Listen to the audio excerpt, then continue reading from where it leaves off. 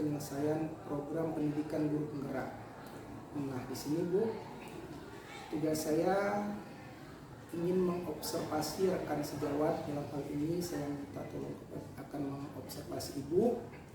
Nah, dalam proses observasi nanti ada 3 tahapan Bu. Yang pertama pra-observasi, yang kedua observasi, dan yang ketiga adalah pasca observasi. Nah, di pra-observasi ini Bu, mungkin ada beberapa hal yang akan saya tanyakan kepada Ibu terkait pembelajaran Ibu di kelas nanti. Nah, yang pertama Bu, apa tujuan pembelajaran dari Ibu? Baik, adapun tujuan yang saya tuliskan pada modul ajar yang akan saya tampilkan pada saat observasi nanti yaitu mengidentifikasi perbedaan keanekaragaman makhluk hidup pada tipe ekosistem yang berbeda. Berarti materinya tentang ekosistem ya Bu. Nah, yang kedua Bu, area apa saja yang ingin Ibu kembangkan ketika pembelajaran ini? Di sini ada 2 area yang akan saya kembangkan, yaitu area pengetahuan dan area keterampilan. Di mana area pengetahuan di sini saya akan mengetahui sejauh mana anak-anak mampu mengidentifikasi dan menyebutkan perbedaan tipe ekosistem pada keanekaragaman. Ibu, yang ketiga. Kemudian baik Pak, belum di area keterampilannya di sini saya ingin mengetahui anak-anak bagaimana keterampilannya untuk menentukan dengan cara menjodohkan gambar flora dan fauna dengan tipe ekosistem yang telah disebutkan. Berarti di area keterampilan nanti akan ada kegiatan menjodohkan. Nah, iya, di RKPD. Nah, yang ketiga nih Bu, rancangan atau strategi apa yang nanti Ibu terapkan ketika pembelajaran di kelas nanti?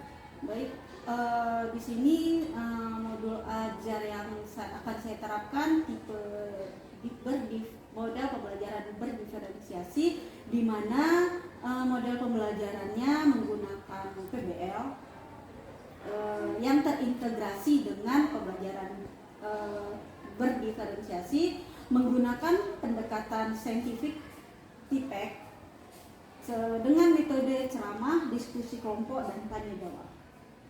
Jadi berarti Ibu menggunakan metode PBL, pembelajaran berdiferensiasi, dan TIPEC tadi ya.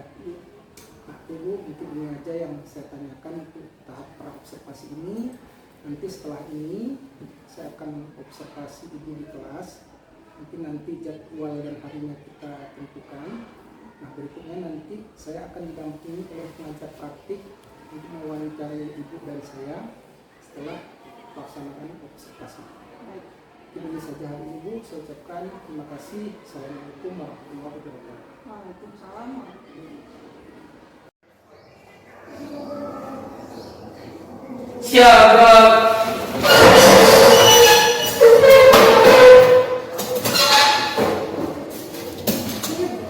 Assalamualaikum warahmatullahi wabarakatuh. Waalaikumsalam warahmatullahi wabarakatuh. Tegak. Oke, apa kabar anak-anak semua?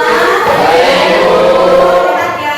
Sehat. Oke, seperti biasa sebelum kita mulai, maka kita berdoa dulu. Silakan Fitri dipimpin doanya. Alangkah baiknya sebelum kita memulai pelajaran ini kita berdoa dulu. Bismillahirrahmanirrahim.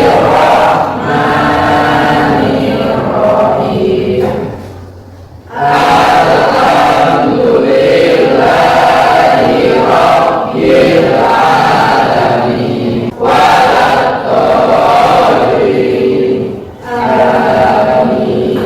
Oke, semuanya diharapkan berdiri. Kita akan menyanyikan lagu dulu.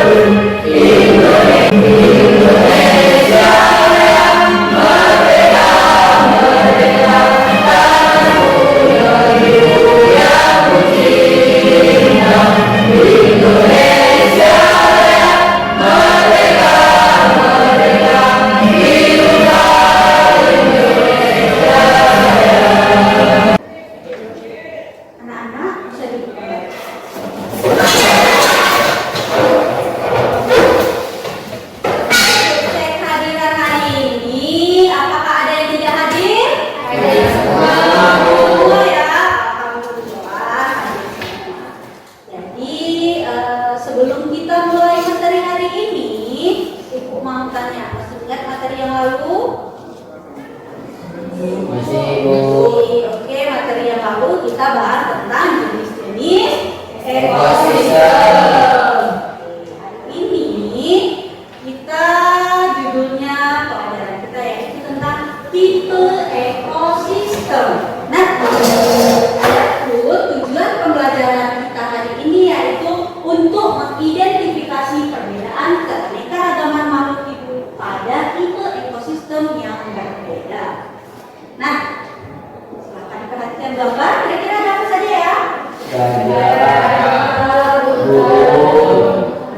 Hutan dan tropis. Ya.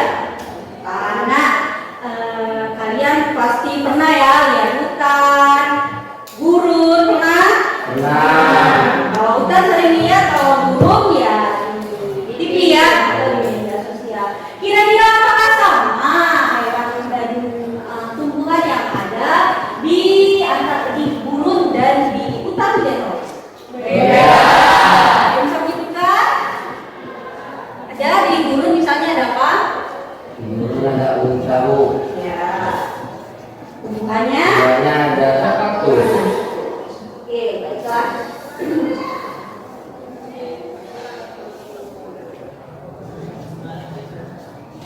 Oke, sebelum kita mulai, Ibu mau melakukan asesmen awal. Asesmen awal ini udah dikirim di grup ya. Silahkan dibuka masing-masing HP-nya dan klik link yang udah Ibu share. Ya, sudah semua? Oke, silakan dikerjakan.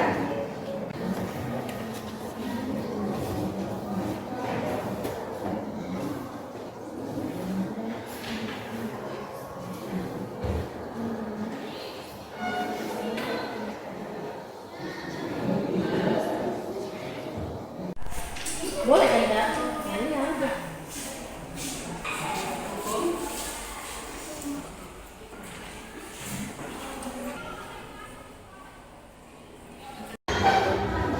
Oke, waktunya sudah selesai, kuisnya sudah ditutup ya. Oke, nah sudah bisa disimpan handphonenya semua. Oke, kalian semuanya ikut sini. Kita mulai pembelajaran. Kita melakukan ice breaking. Ya, happy ya dengan tiga kali. Nah, ice breaking kali ini kita menyanyikan lagu Foto Bebek Angsa. Masih ingat ya lagu Foto Bebek Angsa? Masih. Oke, nyanyi Foto Bebek Angsa kali ini agak berbeda ya. Jadi ibu bagi per kelompok ini nyanyinya. Kelompok satu, tunggu kita nyanyi dulu. Nyanyi Foto Bebek Angsa dulu ya. Foto Bebek Angsa kayak penyanyinya. 1, 2, 3. Foto Bebek Angsa, angsa itu hari.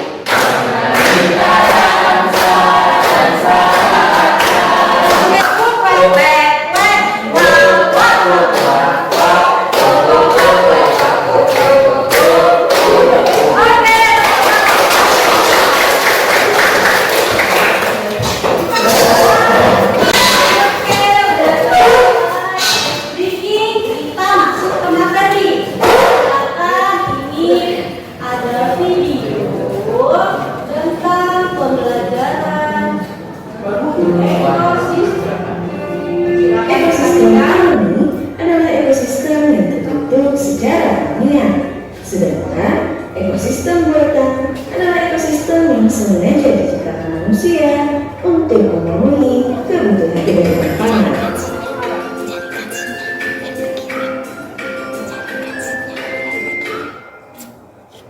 Oke, kalian sudah memperhatikan video tentang ekosistem.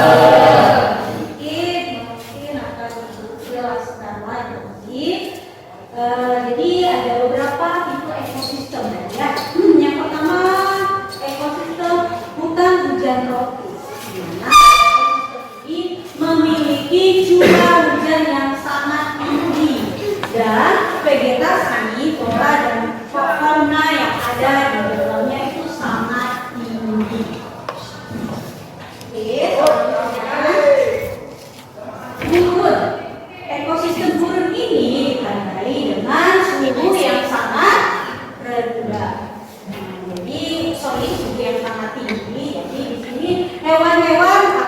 mencoba untuk beradaptasi agar dapat bertahan hidup di sini.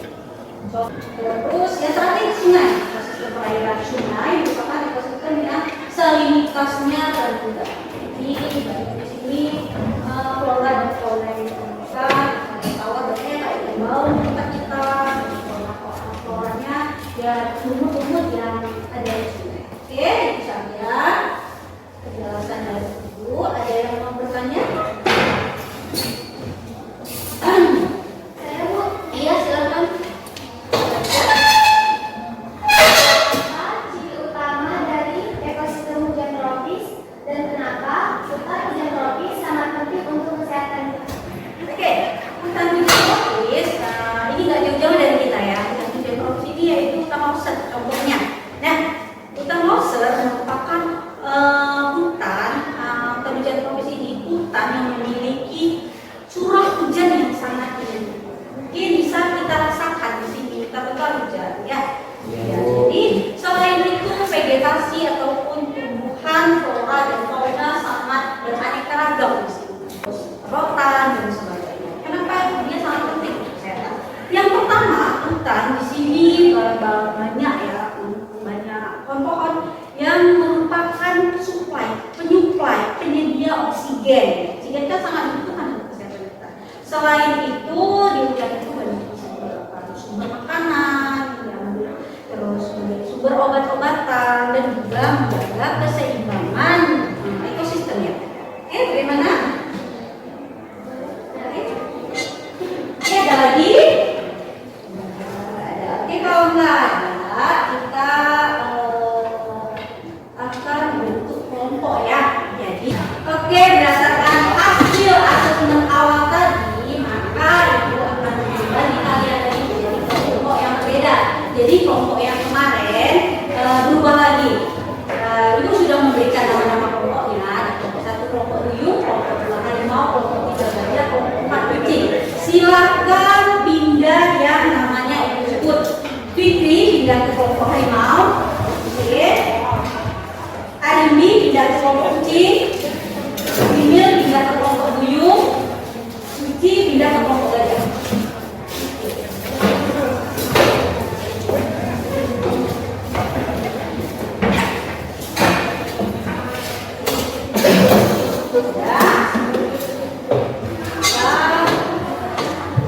Ini sudah ada LKPD, akan kalian kerjakan.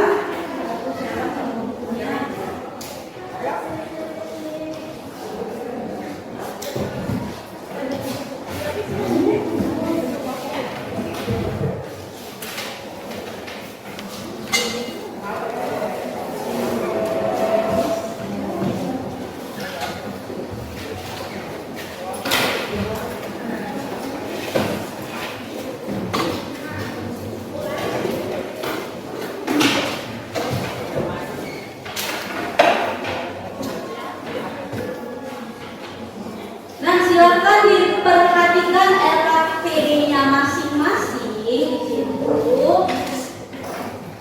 ada gambar beberapa ekosistem. Ya, kan? Jadi tugas kalian adalah gunting dan tempel gambar yang ada di belakang. Silakan tempel di bagian paling belakang. Kemudian jodohkan gambar dan tipe ekosistem.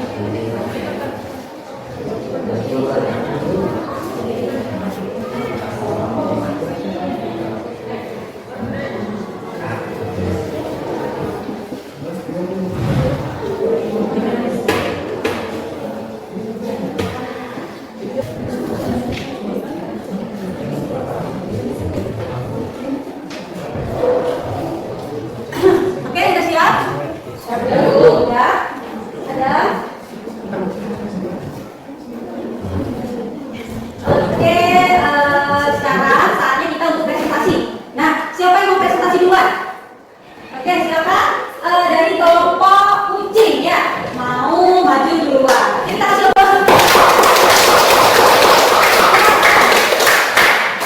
Kelompok kucing. Nah, ini ada gambar ekosistem. Tadi kusuruh menjodohkan ya. Jadi, silakan di sini. Namanya buat di sini nama apa? Misalnya ini kita apa? Ekosistem apa? Silakan. Silakan maju kelompok kucing.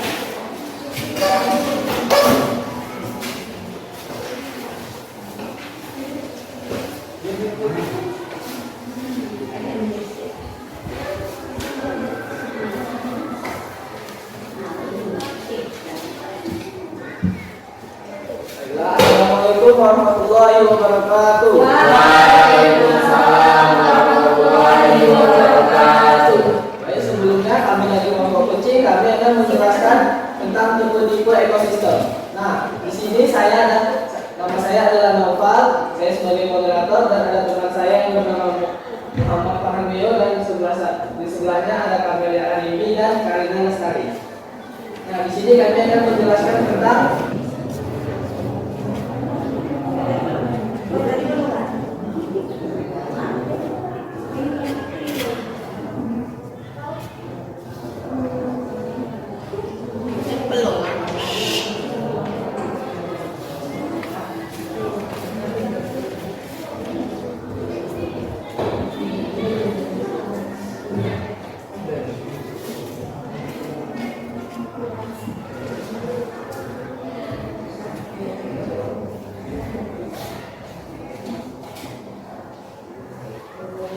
Nah, gambar berikutnya adalah gambar sungai. Ciri-cirinya, sungai adalah suatu badan air yang mengalir ke satu arah. Air sungai dingin dan jernih serta mengandung sedikit sedimen dan makanan.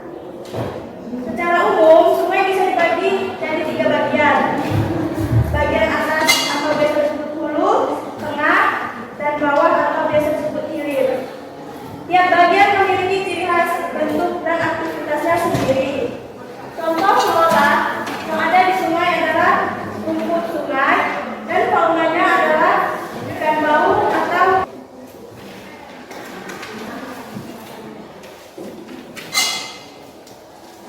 dan yang terakhir adalah ekosistem laut, di mana memiliki ciri-ciri kadar mineral yang tinggi. Yang terbanyak ialah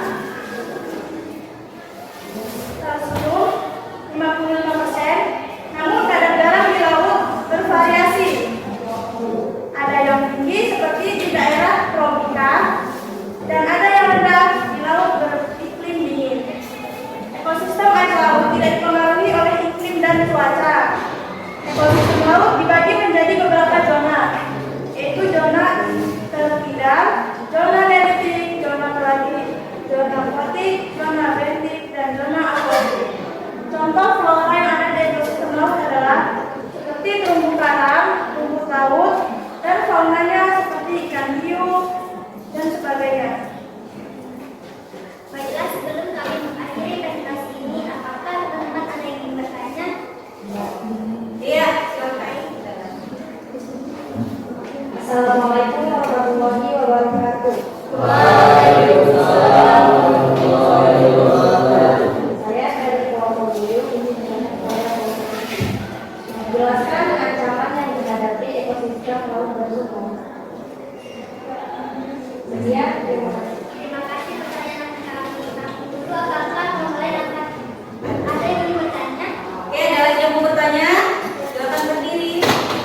Assalamualaikum warahmatullahi wabarakatuh. Waalaikumsalam warahmatullahi wabarakatuh. Saya perwakilan dari kelompok harimau ingin bertanya, bagaimana peran ekosistem laut dalam menjaga keseimbangan lingkungan global? Untuk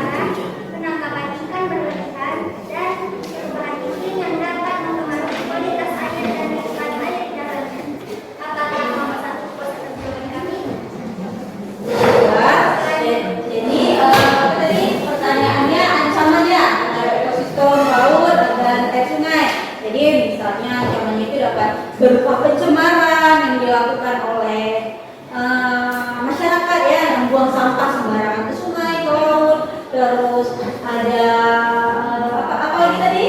Ada kelompok perubahan iklim yang signifikan dapat mempengaruhi jenis-jenis flora dan fauna yang ada di dalamnya. Oke. Selanjutnya kami akan menjawab pertanyaan dari kelompok harimau. Jawaban kami adalah ekosistem laut berperan penting dalam penyediaan oksigen, pengaturan iklim melalui penyerapan karbon dioksida serta sebagai habitat bagi beragam spesies. Apakah kelompok harimau puas atas jawaban kami? Salam kelas.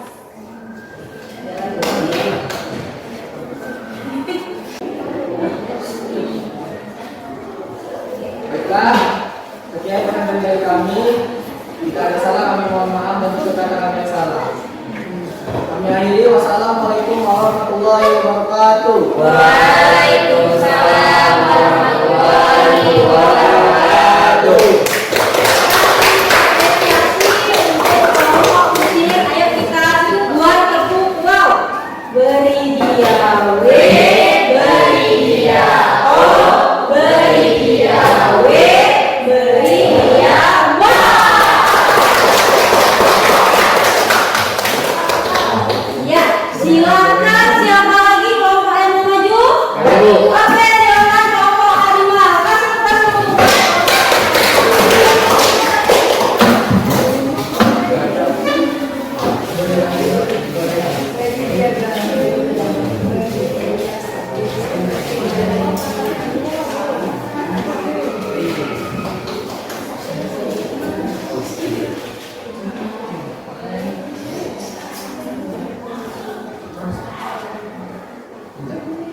Assalamualaikum warahmatullahi wabarakatuh. Waalaikumsalam warahmatullahi wabarakatuh.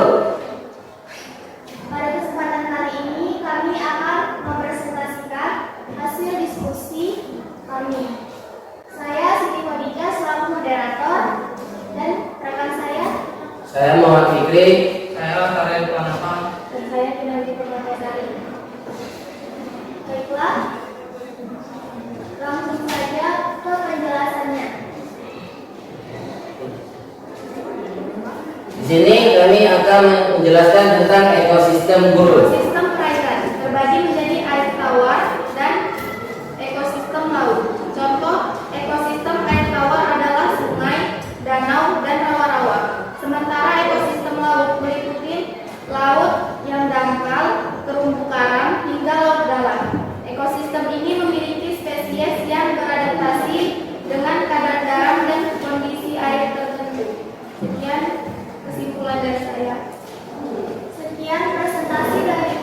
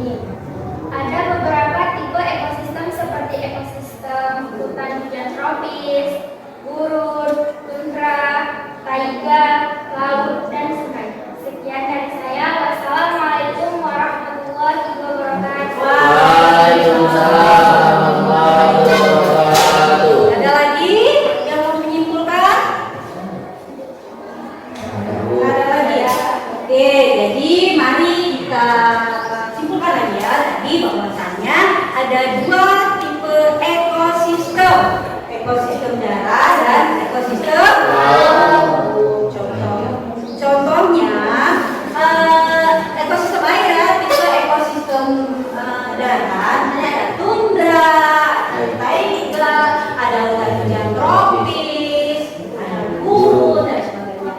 Sedangkan yang perairan, contohnya tadi ada air sungai, ada perairan laut. Nah, demikian juga dengan flora dan fauna yang ada di dalamnya juga berbeda-beda.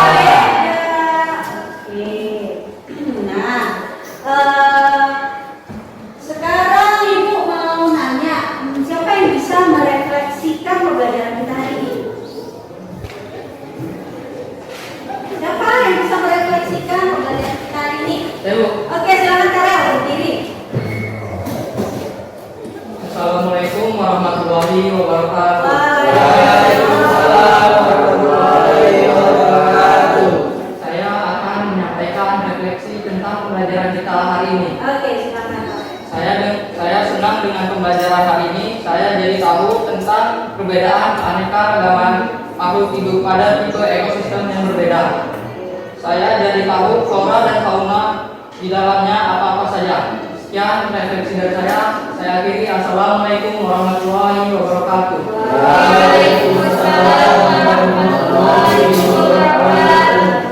Oke, tepuk tangan buat Oke, sekarang Ibu akan melakukan post test. Post test ini untuk mengetahui sejauh mana kalian paham tentang materi yang sudah kita pelajari. Nah, silakan diisi masing-masing ya. Jangan ada yang mencontek.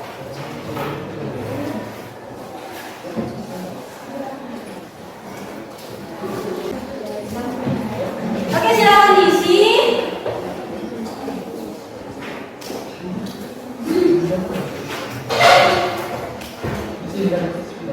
Waktunya 5 menit ya, sampai jam setengah 12 dikumpulkan. Kerjakan masing-masing.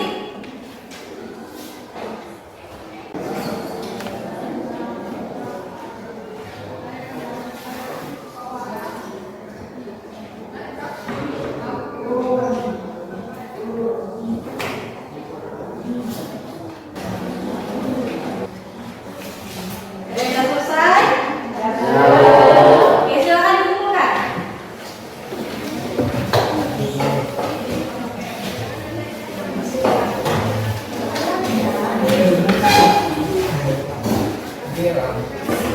Oke, untuk semua? Capek ya, baru siap post-test juga ya. Kita speaking lagi ya. Oke, speaking kali ini kita main ayam serigala. Kalau ayam kayak mana? Kayak mana bunyinya? Tok tok tok tok gitu ya. Nanti gini ya, tok tok tok. Kalau serigala? Gitu ya. Gitu ya. Oke, jadi semuanya silakan berdiri. Kita main ayam serigala.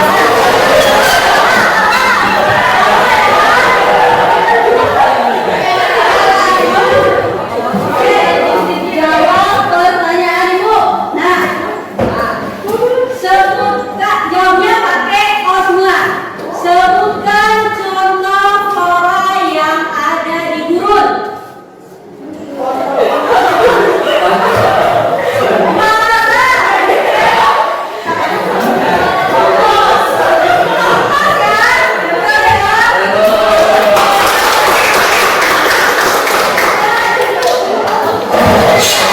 Jadi, Ibu akan menginfokan untuk materi kita selanjutnya. Kita akan belajar tentang flora dan fauna. Ya, nih ya, buat hari ini proses pembelajaran kita sudah selesai. Silakan doa kembali kali ini dipimpin oleh Naufal. Baiklah, setelah selesai pembelajaran kita hari ini, dan sebaiknya kita berdoa. Berdoa dimulai. Sekian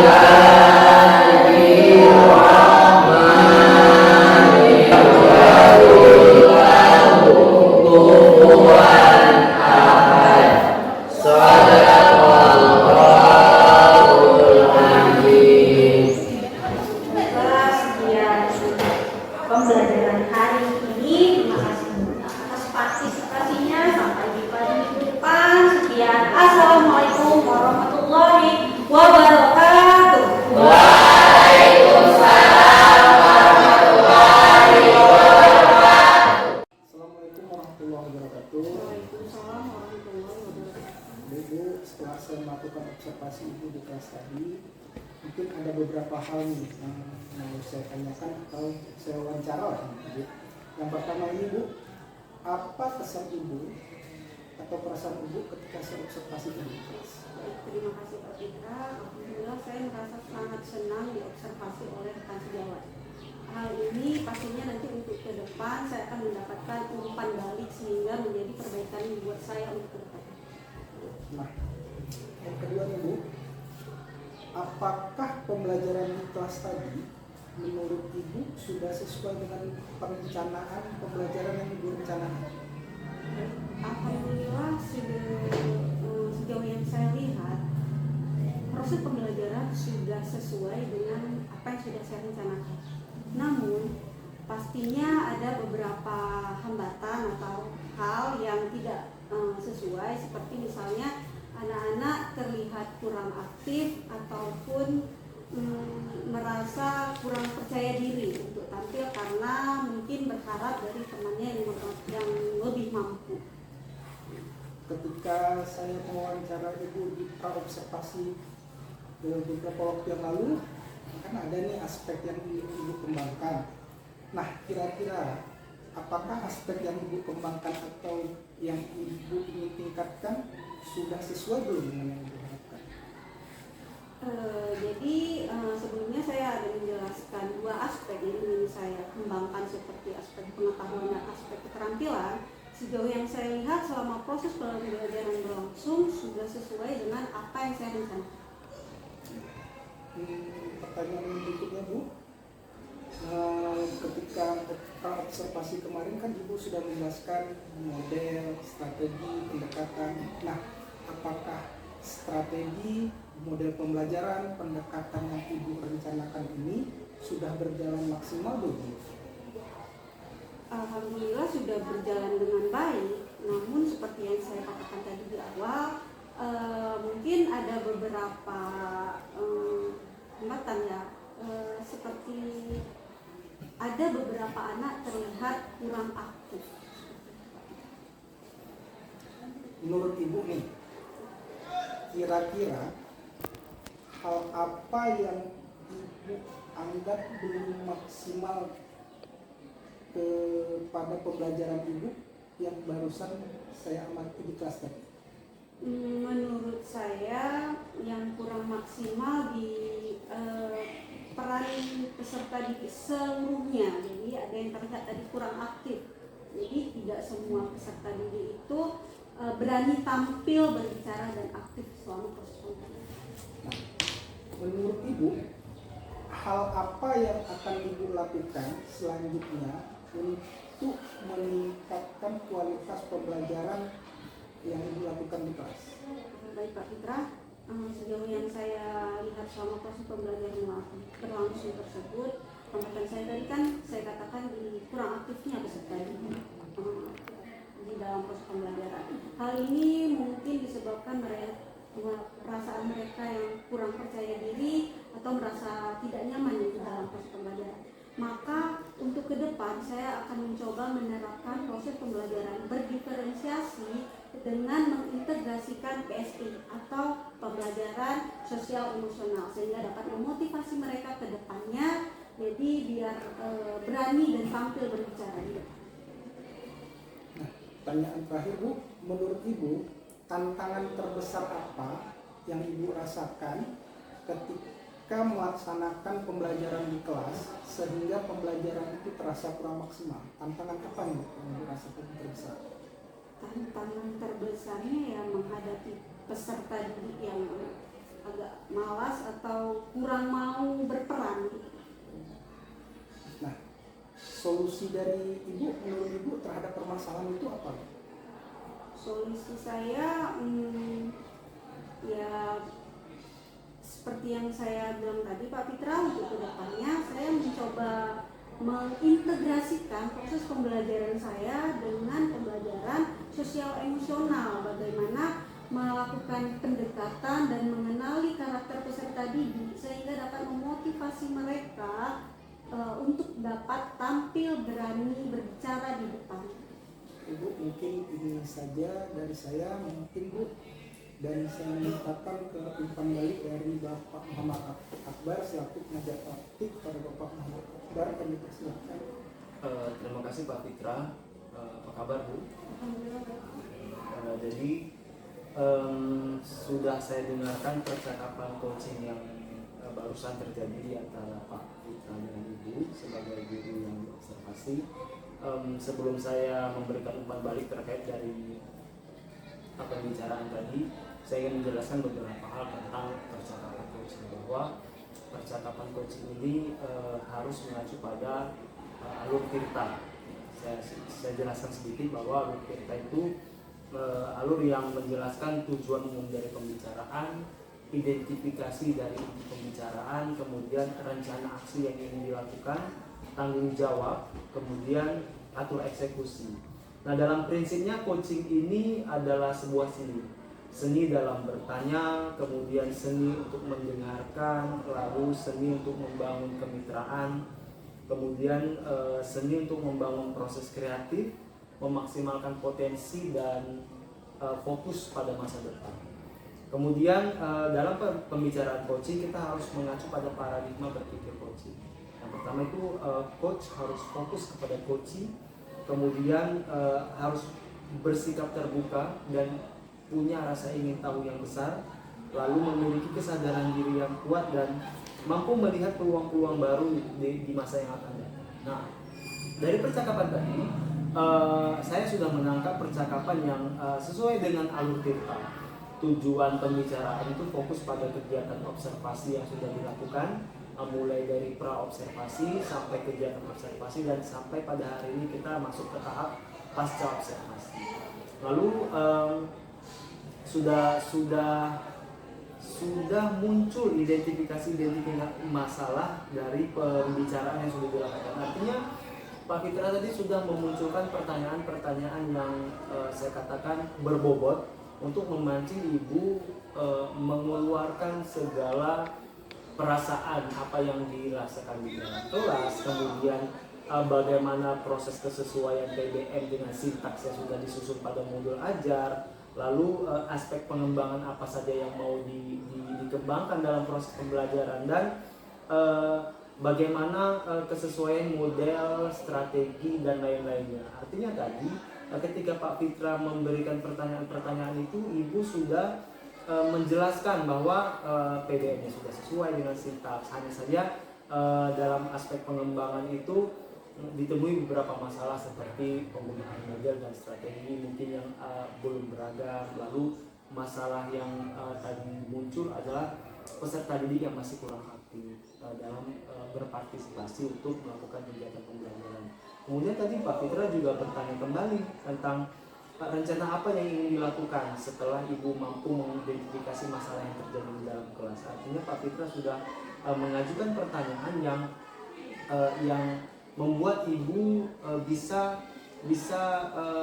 merencanakan apa yang ingin dilakukan. Tadi saya dengar untuk memperbaiki itu maka ingin dilakukan penambahan model dan strategi, lalu penerapan pembelajaran yang berdiferensiasi yang terintegrasi dengan pembelajaran sosial dan emosional agar peserta didik jauh lebih aktif dan partisipatif serta kolaboratif dalam proses pembelajaran di masa yang akan datang nanti.